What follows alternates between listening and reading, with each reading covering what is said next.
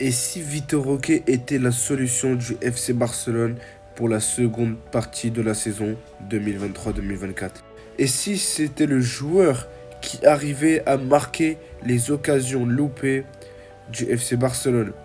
Comme vous le savez tous, le FC Barcelone est l'équipe qui se procure le plus d'occasions dans les 5 grands championnats, que ce soit en première mi-temps ou dans tout un match.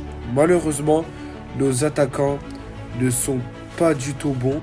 Personnellement, je le vois mal, mais vraiment mal ne pas réussir au FC Barcelone. Je pense qu'il a toutes les qualités nécessaires pour réussir.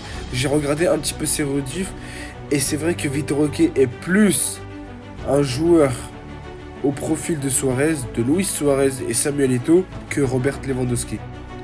Franchement, c'est parfait. Les gars, Vitor Roque, c'est vrai qu'il a déjà beaucoup d'espoir placé sur lui.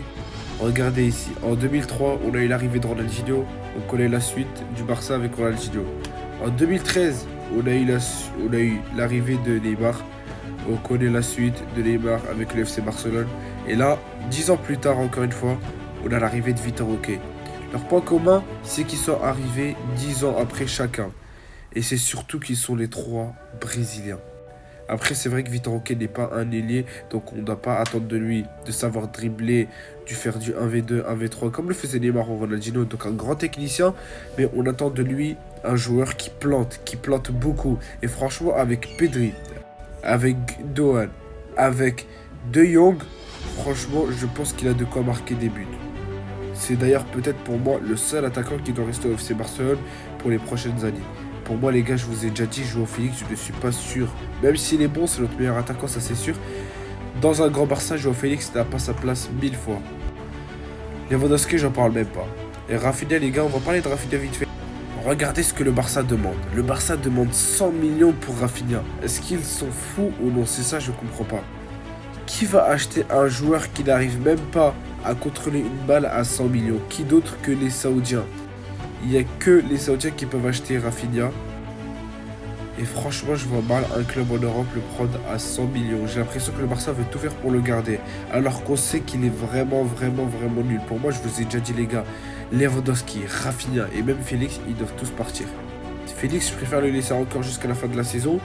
Mais je ne pense pas qu'il a le niveau pour être dans un grand FC Barcelone. Comme vous le savez tous, le Barça est en reconstruction, d'après les termes de Xavi. Mais je pense que le projet du fait de gagner la Ligue des Champions, je pense qu'il peut être abouti dès l'année prochaine si on arrivait à vendre Roberto Marcos Alonso, Romeu, Ferran Torres, Ansu Fati, Robert Lewandowski et Rafinha. Il n'aura aucun mal à essayer de prétendre au titre. S'ils arrivaient à avoir Leroy Sané avec un autre top ailier, plus pourquoi pas un numéro 6, sachant qu'on va également vendre soit Koundé, soit Marcos Alonso, soit Koundé, soit Christensen, franchement ce serait pas mal. Mais bon, en tout cas les gars, je suis vraiment content. Vitor Roque est arrivé au FC Barcelone là ce matin. En tout cas, je suis vraiment content. Il est arrivé enfin les gars, on attend beaucoup de lui, c'est vrai qu'on attend déjà beaucoup de lui, et c'est pas normal, mais je pense qu'il peut avoir les épaules pour les gars.